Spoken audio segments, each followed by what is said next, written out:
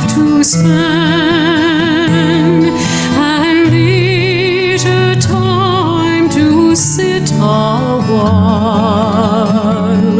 There is a fair lady in this town who sorely has my heart beguiled. Her rosy cheeks and ruby lips alone she holds my heart enthralled.